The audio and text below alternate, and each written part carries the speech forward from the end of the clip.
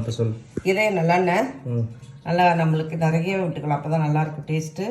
ஒரு 2-3 ஸ்பூன் விட்டுருக்கேன். சோம்பு போடுறோம். சோம்பு போட்டாடி பட்டை லவங்கம் எல்லாம் போட்டுருவோம். பட்டை லவங்கம் போட்டுருவோம். நீ சின்ன வெங்காயம் கருவேப்பிலை போட்டுருவோம். சின்ன வெங்காயம் நிறையா போடணும்.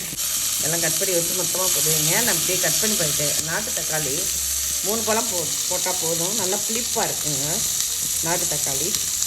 அதனால் 3 பழம் மட்டும் போடுறேன். இதுதான் நாட்டு தக்காளி.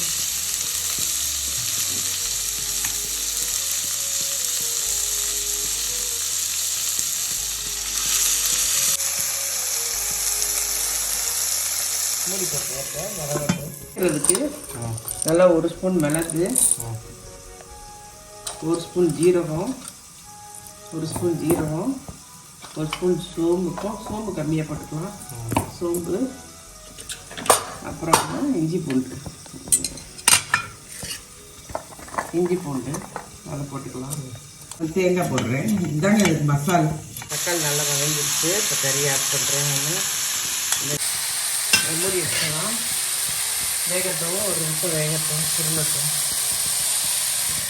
2 நிமிஷம் தண்ணி ஊற்றுறேன், வேகட்டும்.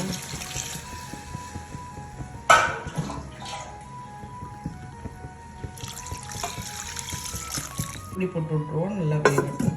மஞ்சத்தூள் கொஞ்சம் போட்டுக்கிறேன். முன்னாடி போட்டேன், இப்போ கொஞ்சம் போடுறேன். நம்ம தனி மிளகாப்பொடி கொஞ்சம், தனி மிளகாப்பொடி கொஞ்சம் 1/2 ஸ்பூன் தான் போட்டிருக்கேன். நம்ம வீட்டு மிளகாப்பொடி இப்போ நிறைய, இது வந்து வீட்டு மிளகாப்பொடியா? இது வீட்டு மிளகாப்பொடி. இது 2-3 ஸ்பூன் கூட போடலாம். 2 ஸ்பூன், 1 ஸ்பூன், 2.5 போட்டிருக்கேன். இது எல்லாமே நான் வீட்லேயே அரைச்சிக்கிறது. வேணுன்னா உங்களுக்கு சொல்லுங்கள், நான் அரைச்சி தரேன். ஓகே.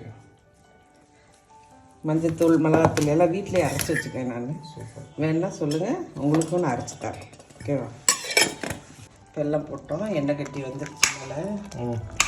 இது தேங்காய் அரைச்சி ஊற்றணும், அவ்வளோதான். தேங்காய், சோம்பு, ஜீரகம், மிளகு, இஞ்சி, பூண்டு எல்லாத்தையும் அரைச்சி ஊற்றிட்டோம்னா குழம்பு ரெடி.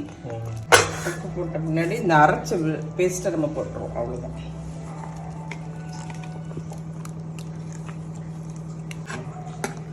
ஒரு கொதிக்க விட்டு புதினா மல்லி போட்டோம்னா கரெக்டாக. ஓகே மக்களே, குழம்பு பார்த்தீங்களா எப்படி வந்திருக்குன்னு. இந்த கருங்கோழி வந்து கொஞ்சம் எக்ஸ்பென்சிவான கோழி. 720 ரூபா ஒரு கோழி. ஸோ கரெக்டாக ஒரு 1.25 கிலோ வரும்.